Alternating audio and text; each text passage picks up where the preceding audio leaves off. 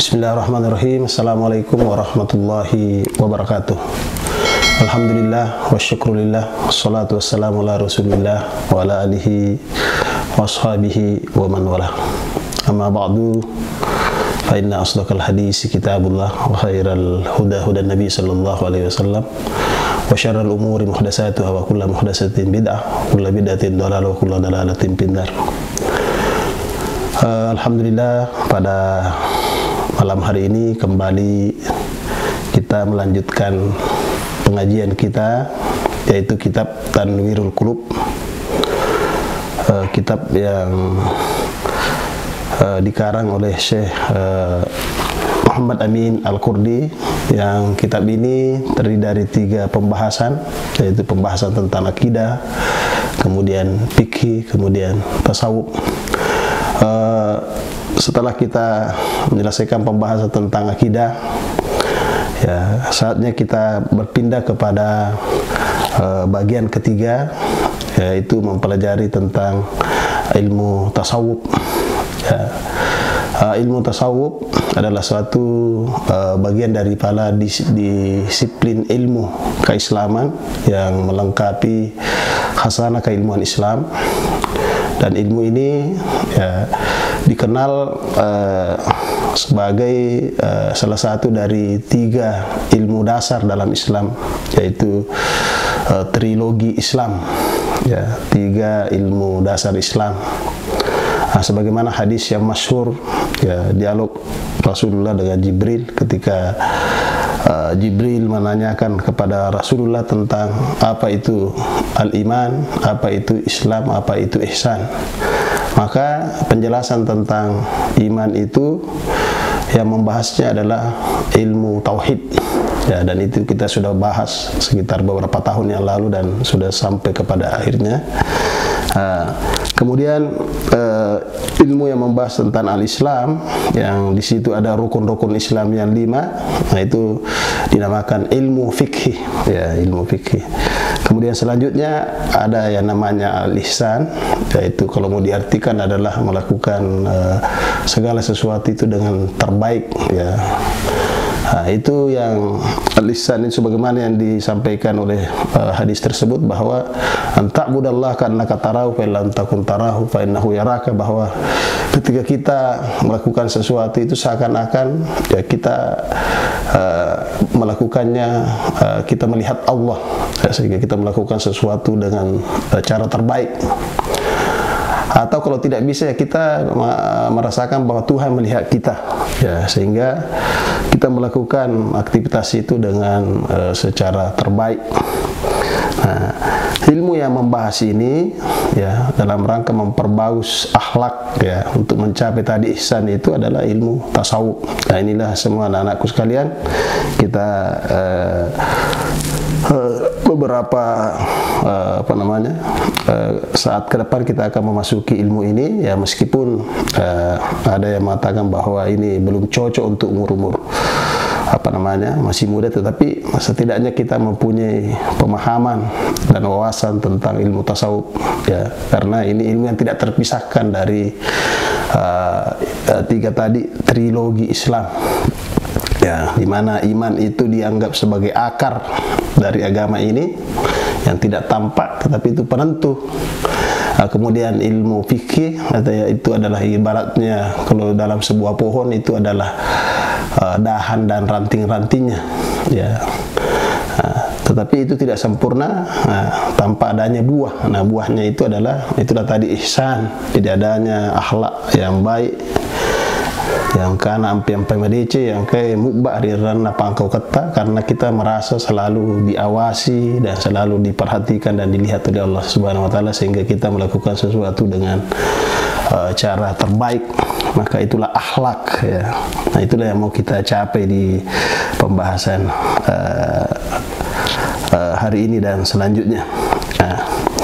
Nah, di dalam kitab yang kita pelajari ini, ya, kita sudah masuk bagian ketiga, dan di situ al-muallif rahimahullah, ya, nafa'ana bi ulumihi, nafa'ana Allahu bi ulumihi wa iyyakum fid darain, yaitu menyebutkan ya di dalam pendahuluannya tamhid, al-muridu li harsil akhirah, ya, orang yang menginginkan kehidupan akhirat, as-saliku li tariqiha la yahlu an sittati ahwalin, bahwa orang yang menginginkan akhirat, yang menempuh jalannya itu tidak akan lepas dari 6 keadaan. Ya, jadi penulis di sini ya Syekh Muhammad Amin Al-Kurdi itu menjelaskan bahwa untuk menempuh jalan kehidupan di dunia ini, yang tidak lain kita pasti menuju kepada akhirat, ya, karena dunianya adalah hanya tempat sementara tujuan kita sebenarnya adalah akhirat, ya, kita semuanya menuju kepada akhirat tanpa kita sadari, tinggal menunggu batas waktu, ya, sampai saatnya kita akan pasti kembali. Nah, di sini disampaikan bahwa orang yang menginginkan kehidupan akhirat dan menempuh jalannya itu tidak lepas dari 6 kelompok. Nah, kita kenal kelompok-kelompok ini dalam rangka untuk memberikan pemahaman kita tentang bagaimana menjalani kehidupan di dunia. Yang pertama ada namanya imma abidun, ya, wa imma alimun, wa imma muta'allimun, wa imma walin, wa imma muhtaripun, wa imma muwahhidun mustagir bil wahidis samad. Jadi ande guruta ya narampek kue dalam kita menyampaikan di dalam kitab ini bahwa tidak lepas dari 4 kelompok ya keadaan. Yang pertama ada kalanya dia adalah seorang abid, ahli ibadah. Jadi dalam kehidupan ini, di dunia ini, sebelum kita menuju kepada kehidupan abadi kita, ya, karena kita diciptakan untuk akhirat sebenarnya, cuma ya kita di dunia dalam rangka untuk mendapatkan bekal. Nah, itu sebenarnya kita diciptakan untuk akhirat, sementara dunia diciptakan untuk kita pergunakan sebaik mungkin untuk melakukan tugas utama kita sebagai khalifah, ya, mengembangkan dan membangun bumi, kemudian melakukan ibadah. Nah, itu tidak lepas ada kelompok yang namanya al-abid, ya, ahli ibadah, ya, ahli ibadah. Jadi ada kelompok orang yang ahli ibadah ini adalah orang-orang yang al-mutajarridu lil ibadah, ya, memang khususkan porsi waktunya hanya untuk ibadah, allazi la syughla lahu ghairah, sehingga tidak ada kegiatan lainnya kecuali ibadah itu sendiri, ya. Sehingga kalau mereka tidak melakukan ibadah maka mereka merasa hampa, ya. Jadi memang ada kelompok seperti ini, ya, sehingga waktunya lebih banyak di ibadah. Nah, sementara dunia itu hanya pelengkap, ya, pelengkap.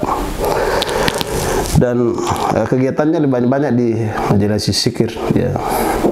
Dan ini digambarkan Rasulullah adalah bahwa jika kalian melewati riyadul jannah, ya, kebun surga, farta'u, maka masuklah ke situ. Akila ya Rasulullah, dikatakan kepada Rasulullah, wa ma riyadul jannah, apa kebun-kebun surga itu? Adakah kebun surga di dunia? Qala, Rasulullah berkata bahwa kebun surga, ya, atau taman surga, ya, darat-daratna surga kulino yang dari itu halakus zikir, ya, tempat pengajian zikir, atau tempat pengajian ilmu, atau tempat orang melakukan zikir kepada Allah Subhanahu wa taala. Nah, itulah keutamaan orang-orang abid, ya. Jadi orang yang banyak waktunya untuk, nah, ini kelompok pertama. Tetapi ya dalam kehidupan ini kita juga ini belum termasuk ideal kalau kita meninggalkan dunia, ya. Karena kita harus tetap memperhatikan dunia, karena dunia itu adalah sarana kita menuju akhirat, ya. Tetapi ya itu yang perlu tadi ditegaskan bahwa memang ya kita diciptakan untuk beribadah, ya, sehingga inilah yang mau kita dalam ilmu tasawuf itu kita mau bagaimana dalam segala aktivitas kita itu selalu dekat kepada Allah melalui ibadah-ibadah. Nah, ini kelompok pertama. Nah, kemudian ada kelompok alim, fa imma alimin. Ada kalanya kalau bukan dia ahli ibadah, dia seorang ilmuwan atau seorang alim, ulama, yang waktunya dipakai untuk mengajari manusia, membimbing manusia, memberikan pencerahan, ya. Jadi ini adalah kelompok yang dilakoni oleh para ulama, guru, ustaz, kemudian profesor, ya, dan dosen-dosen dan sebagainya. Nah, mereka ini ya orang yang manusia mendapatkan manfaat dari mereka ya dengan fatwa-fatwanya, pengajarannya, kemudian buku-bukunya ya, sehingga apa yang paling baik mereka lakukan setelah ibadah wajib ya tidak lain adalah ya terlibat dengan berikan taklim, pelajaran kepada manusia. Nah itu.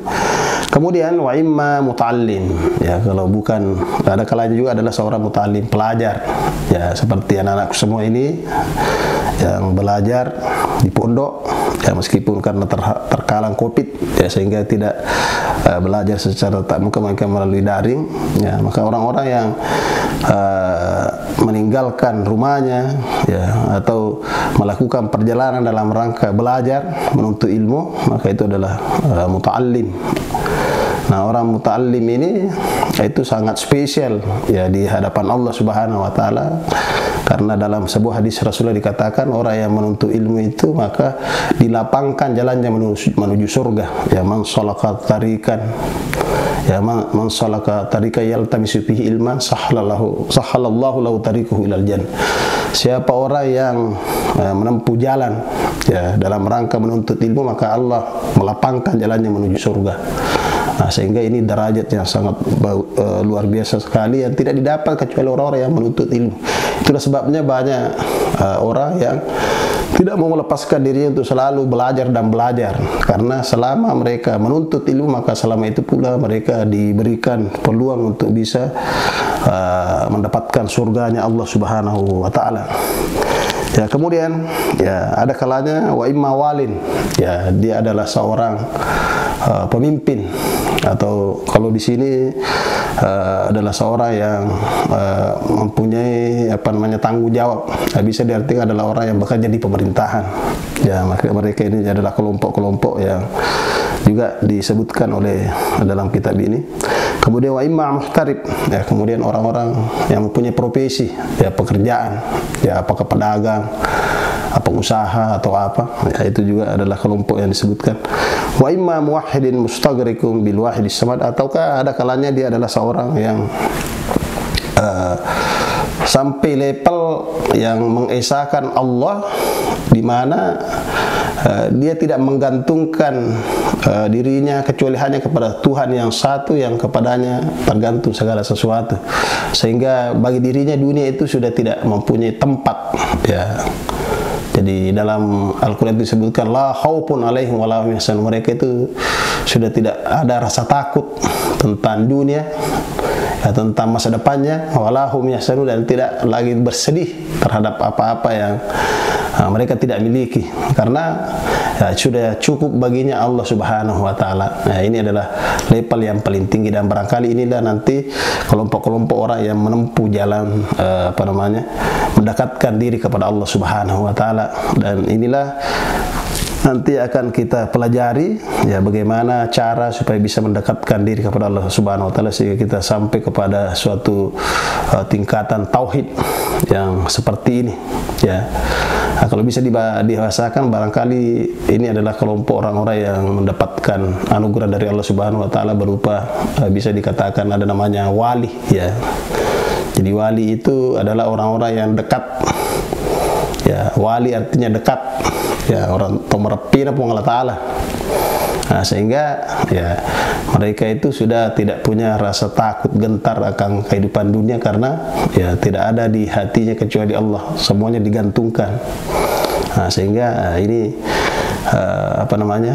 kewalian ini adalah sebuah anugerah dari Allah Subhanahu wa taala setelah kenabian dan kerasulan sudah tidak ada ya, seiring diutusnya Muhammad sebagai rasul terakhir ya.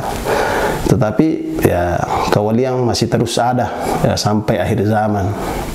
Nah, untuk kewalian itu ada anugerah yang langsung diberikan oleh Allah kepada seorang, tapi ada juga orang yang bisa sampai kepada di situ melalui pendekatan dengan melakukan banyak ibadah-ibadah ya, melakukan ibadah-ibadah baik wajib dan sunnah, sehingga diberikan oleh Allah Subhanahu wa taala anugerah yang besar itu.